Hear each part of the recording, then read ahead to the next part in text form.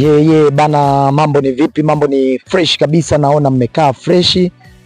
Leo tupo na Caston TV, tumekuja hapa katika ofisi ya halmashauri ya wilaya ya Kongwa, na jambo kubwa kabisa ambalo limetuleta hapa siku leo ni kuonana na mkurugenzi wa wilaya hii ya Kongwa kwa ajili ya kumwalika katika jambo kubwa ambalo linafanyika siku ya tarehe 2 ya mwezi wa 8 2026 ambalo litafanyika pale Ngomai, na jambo hili ni bonanza kubwa kabisa ambalo litakwenda kufanyika pale la mashabiki wa Simba na Yanga, na hili bonanza ni mahususi kabisa kwa ajili ya kuwachangia watoto yatima wanaoishi katika mazingira magumu ili waweze kupata lishe shuleni. Ni jambo ambalo vijana mashabiki hawa wa Simba na Yanga wameona katika kuhamasisha masuala ya kijamii, na kama wasemaji wa timu zote mbili wanavyosema slogan ya kurudisha kwa jamii, basi na mashabiki wa Simba na Yanga wa Ngomai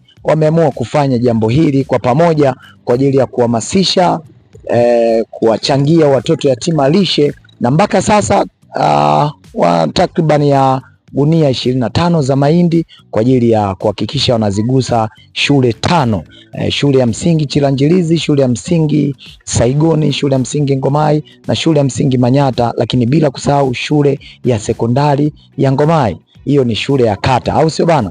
Tunawakaribisha sana siku hiyo ya tarehe 2 ya mwezi huu wa 8 2026 katika bonanza kubwa kabisa ambalo litafanyika pale Ngomai. Utakuwa na mimi mtangazaji wako, wananiita Kidu Maujanja. Tutakutana pale na tutaendelea kukupa update mbalimbali katika TV yetu Caston TV. Endelea kuenjoy, endelea kutufuatilia na utapata taarifa mbalimbali ambazo zinahusiana na bonanza hili la mashabiki wa Simba na Yanga mahususi kwa ajili ya kuwachangia watoto yatima wanaoishi katika mazingira magumu. Asante.